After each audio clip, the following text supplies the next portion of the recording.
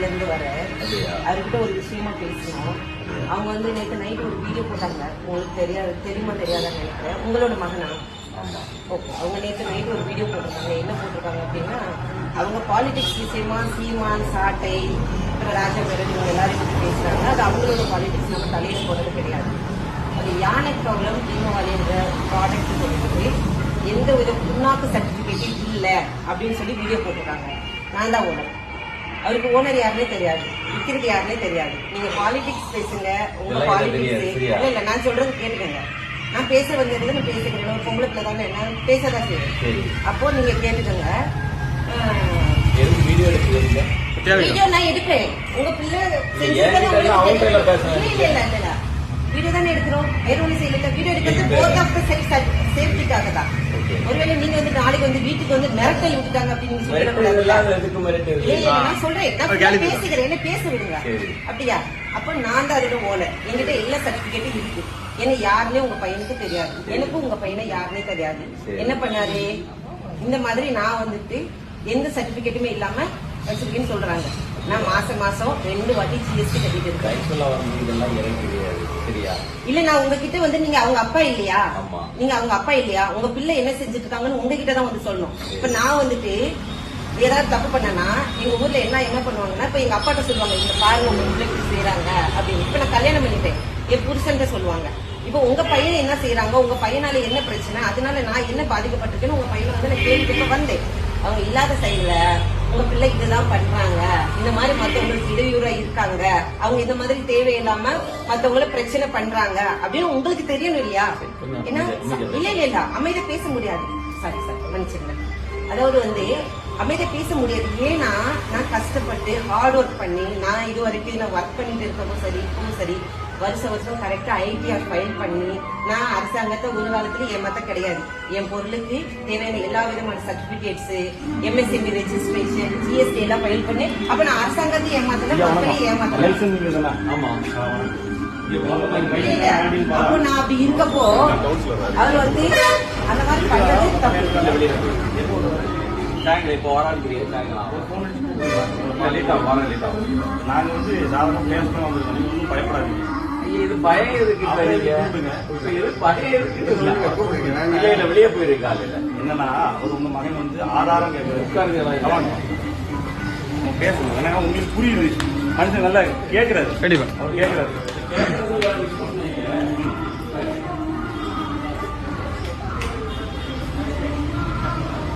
விஷயம் தான் ஆக்சுவலா உங்களுக்கு நன்றி பேசுது. ரவி இருக்காருல்ல நம்ம சர்ச் சார் உட்காருங்க. ஆமா, ரவியோட ரவி கல்யாணம் பண்ணி என்னோட இங்க நம்ம கல்லுக்கூட்டம் பக்கத்து இருக்கு. அவங்க நேர இடத்த நான் இப்ப கவுன்சிலரா இருக்கேன். இங்க கல்லுக்கூட்டம் அவர் இவர் தானே நம்ம கல்லுக்கூட்டம் பிரசிடன்ட். இவர் நம்ம காங்கிரஸ் தானே, மனோகர் சிங் தானே. விஷயம்னா கட்சி விஷயங்கள் யாரு வேணும் பேசலாம். நீங்க காங்கிரஸ் தானே, உங்க பையன் உங்களே தான் பேசிட்டு இருக்காப்ல. நான் சொல்றது ஆக்சுவலா வந்து பேசுறது சிவா இருக்காரு. அவர் திமுக வந்து பல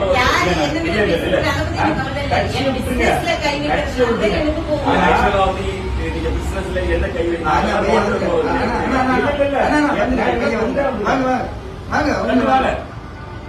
ஆல்டின் பால் வாங்க. ஆல்டின் பால் வந்து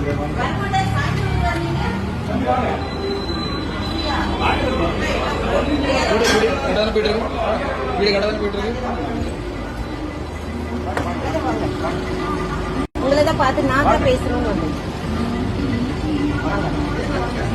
இப்ப எப்படி வந்தாரு? சாயந்தரம் தான் வருவாராமா அப்படி அவங்க சொன்னாங்க. ஆனா பாத்தீங்கன்னா அதிசயம் நடந்திருக்கு.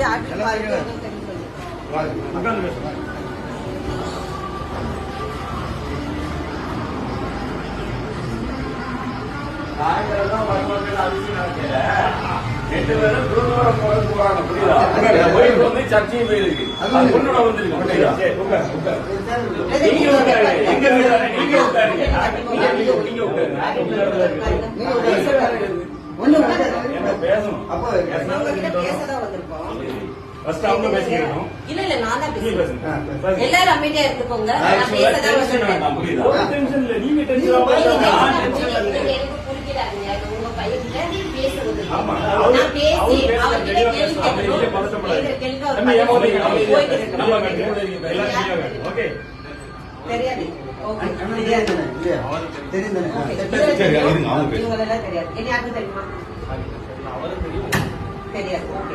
நீங்க நேத்து ஒரு வீடியோ போட்டுருக்கீங்க. அது மற்ற வேற விஷயம் பேசுறீங்க. அது அவங்க சம்பந்தப்பட்டவங்க கேட்டுக்கோங்க. என்ன சம்பந்தப்பட்ட ஒரு விஷயம் இருக்கு தெரியுமா? தெரியாது.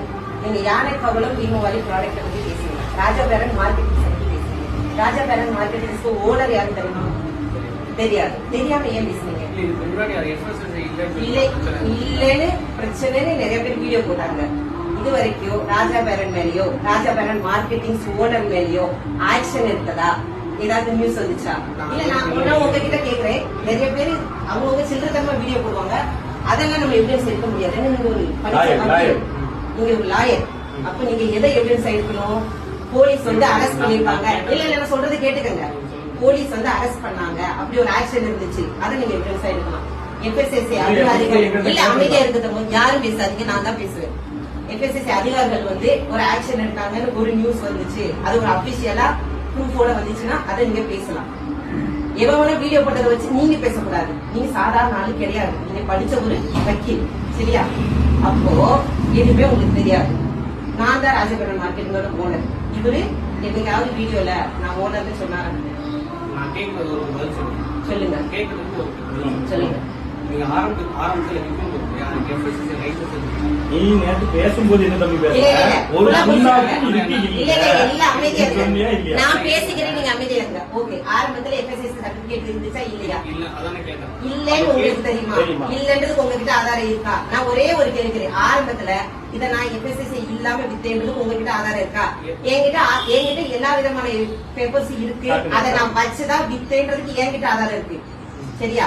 அது ஆரம்பமா இருக்கட்டும், இன்னைக்கா இருக்கட்டும், எல்லாமே இருக்கட்டும், என்கிட்ட ஆதாரம் இருக்கு. இல்லன்றதுக்கு உங்ககிட்ட ஆதாரம் இருக்கா? நான் கேக்குறது நீங்க கேட்டீங்க. ஆரம்பத்துல நீங்க எஃப்எஸ்எஸ்சி நான் வச்சிருக்கேன்னு சொல்லிருக்கேன். நீங்க நல்லா புரிஞ்சுக்கோங்க. நீங்க நேர்ல கேக்குறது வந்தாச்சு. நீ நேர்ல சொல்லுங்க. நீ நேர்ல பாருங்க.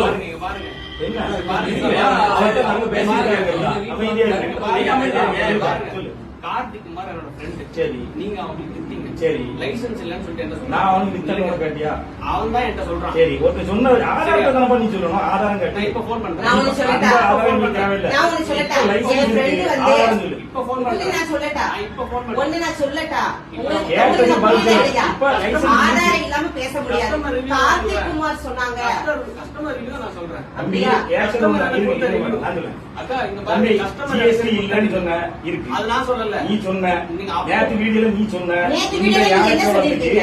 ஒரு புண்ணாக்கும் கிடையாது. டெய்லியும் வீடியோ பாருங்க. நீங்க தான் பேசுனீங்க. நான் வீடியோ பார்த்துட்டு தான் கேட்டேன். இந்த பாருங்க, நம்ம எஃப்எஸ்எஸ்சி இருக்கு, டிஎஸ்என் எம்எஸ்எஸ்சி இருக்கு, எல்லாம் இருக்கு. இப்ப நீ வீடியோல சொல்லணும். இங்க எல்லாம் இருக்குன்னு நீ சொல்லணும். கஸ்டமருக்கு கால் பண்ணவா? நீ இப்ப இது இருக்கு காமிச்சாச்சு, உனக்கு ஆதாரம் காமிச்சாச்சு. தங்க இருங்க, நான் பேசிக்கிறேன், கொஞ்ச நேரம் அமைதியா இருங்க. நான் கஸ்டமர் எந்த கஸ்டமருக்கு கால் பண்ணாங்க? கார்த்திக் குமார் டிவிக்கு ஒண்ணு நல்லா நீ புரிஞ்சுக்க. டிவிக்கே வச்சிருக்க, அதிமுக காசு இருக்க, அதிமுக கூட நல்ல கை பிடிச்சிருக்க. ஆனா டிவி கேக்குது பண்ற. நீ இப்ப என்ன சொல்ல வர? எனக்கு நீ கேஸுக்கு போ, அதுக்கு போனா கேஸ் வேற மாதிரி போய்க்கும். இல்ல அமைதியா இருங்க. இங்க பாருங்க, கஸ்டமர் ரிவ்யூ என்ன சாப்பிட்டா உங்களுக்கு ஏதாவது ஆயிடுச்சா? நான் ஒண்ணே ஒண்ணு கேக்குறேன். கஸ்டமர் ரிவ்யூல எது தெரியுமா எடுக்கணும்? ஒண்ணு நல்லா புரிஞ்சுக்கோங்க. கஸ்டமர் ரிவ்யூல எது எடுக்கணும்? இப்ப நீ என்ன சொல்ற? ஆரம்பத்துல நீங்க இப்ப ரெடி பண்ணி வச்சிருக்கீங்க, நான் கேட்க கூடாது. நேத்து ரெடி பண்ணுமா? நான் ஆரம்பத்துல நான் கேக்குறேன். ஒரு வருஷம் ஆச்சு. என்னைக்கு வாங்குறது பாருங்க. பாருப்பா. நான் ஒண்ணே ஒண்ணு சொல்றேன்டா. கஸ்டமருக்கு நான் இப்ப போடுறேன். தம்பி இதெல்லாம் நீ கஸ்டமர் ரிவ்யூ பேசல. நீ என்ன சொன்ன? சர்டிபிகேட் இல்லன்னு சொன்ன. அப்ப சர்டிபிகேட் இருக்குன்னு சொல்லு. மன்னிப்பு கேளு. அவங்களுக்கு ஏதாவது இல்ல தங்க கேட்கறதா என்னடா கேளு. தங்க அமைதியா கொஞ்ச நேரம் இருக்கீங்களா? இங்க பாருங்க, கஸ்டமர் ஒரு நிமிஷம் நான் பேசி முடிச்சுக்கிறேன், அப்புறம் நீங்க பேசுங்க. கஸ்டமர் ரிவ்யூ எஃப்எஸ்எஸ்சி அதிகாரிகிட்ட போய் நீங்க கேளுங்க. அதை சாப்பிட்டு அவங்களுக்கு ஏதாவது என்னமாவது ஆச்சு அப்படின்னாதான்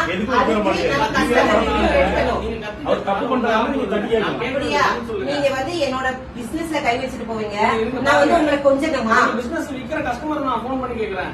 சரி, கஸ்டமர் கிட்ட இருந்து என்ன ரிவ்யூ எடுங்க? யாருக்கு விக்கிறீங்க? மக்களுக்கு தானே வைக்கிறீங்க. ஆமா. மக்களோட ரிவ்யூ நம்ம போட்டா உங்களோட ரிவ்யூ எடுங்க பாப்போம். சாப்பிட்டவங்க பாப்போம். பாட்டுங்க போடுங்க. போன்ல ரெக்கார்ட் பண்ணிட்டு நான் அடிக்கிறேன். போடு. எடுங்க பாப்போம். நீங்க யாரும் பேசக்கூடாது. நான் சரி அடிக்கிறேன். சரி. கார்த்திக் குமார்ன்றவருக்கு அடிக்க கூடாது. சரி, இன்னும் ஒண்ணு நான் கேட்கிறேன். கார்த்திக் குமார் அடிக்கல. சரி. சரி. வாங்கி சாப்பிட்டவங்க இந்த பொருள்னால என்ன விளைவுகள் வந்துச்சு அதை ப்ரூஃப் பண்ணணும். எவனாவது வாய்க்கு வந்து பேசுறதெல்லாம் நான் ஆதாரம் எடுக்க முடியாது. எனக்கு 1000 எதிரி இருப்பான். அவன் ஒரு வாய்க்கு வந்ததான் பேசிட்டு இருப்பான். அதெல்லாம் நான் ஆதாரம் எடுக்க முடியாது. என்ன? என் வீட்டுல இருந்து போடாது. என் வீட்டுல கத்திரி நீங்க அவ்வளவு தப்பு பண்ணிருக்க. நான் இங்க கஸ்டமர் வச்சு நான் அடிக்கிறேன். அடி. என்ன பேசுறாங்க? அடி பார்த்துருவோம். உட்காருங்க. என்ன பண்றீங்க? இல்ல, நானும் பார்த்துருக்கேன். எவனுக்கு phone பண்ணி சொல்றதுக்கு நான் வச்சு கொடுப்பா. என்ன தம்பி? வீட்டுல வந்து இல்ல. அவன் நான் சொல்றேன்.